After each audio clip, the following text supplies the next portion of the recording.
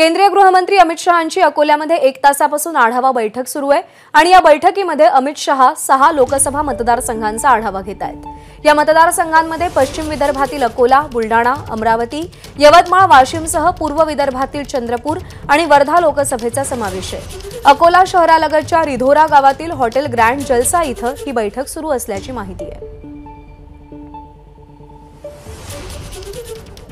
उमेश अलोणे आपले प्रतिनिधी सध्या आपल्याला अपडेट्स देतील। उमेश,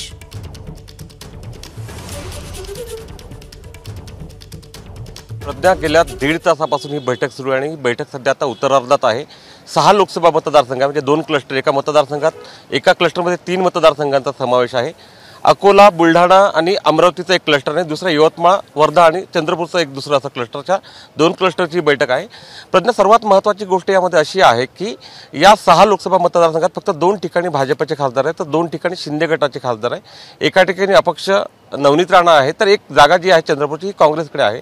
त्यामुळे अमित शहांनी आता आपल्या सूत्रांनी जी माहिती दिली आहे की कार्यकर्त्यांना जो कानमंत्र दिला आहे की 6च्या 6 जागा ज्या आहे त्या महायुतीच्या आल्या पाहिजे आणि यामध्ये सर्वात जास्तीत जास्त जागा ज्या आहे ते भाजपाच्या वाट्यावर कशा येतील या दृष्टीनेही त्यांनी कार्यकर्त्यांचे मनोगत जे आहे किंवा कार्यकर्त्यांच्या काही सूचना आहेत ऐकून घेतलेल्या आहेत।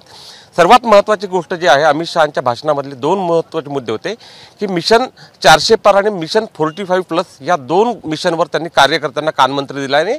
अगदी आजपासून तर निवडणूक होईपर्यंत, मतदान होईपर्यंत, शेवटचा मतदार बाहेर पडेपर्यंत भाजपच्या प्रत्येक कार्यकर्त्यांना डोळ्यात तेल घालून काम केलं पाहिजे आणि जे स्वप्न जे आहे 400 पारचं जे आहे किंवा 45+ आहे ते कार्यकर्त्यांनी केलं पाहिजे हे सांगितलं।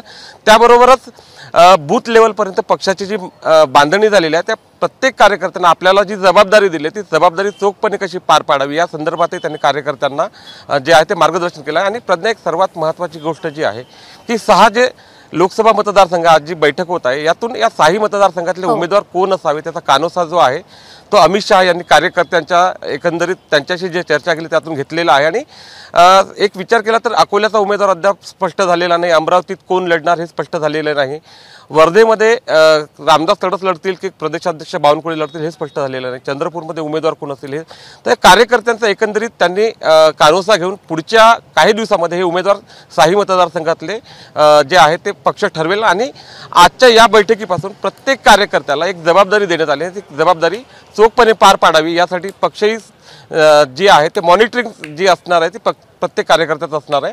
आणि इथून भाजपाच्या निवडणूक प्रचाराला आणि निवडणूक सुरुवात जी आहे त्याची सुरुवात झाली असं म्हणता येईल। प्रज्ञा, उमेश, अपडेट जाणून घेत राहू। सध्या धन्यवाद दिलेल्या माहितीसाठी। एबीपी माझा, उघडा डोळे बघा नीट।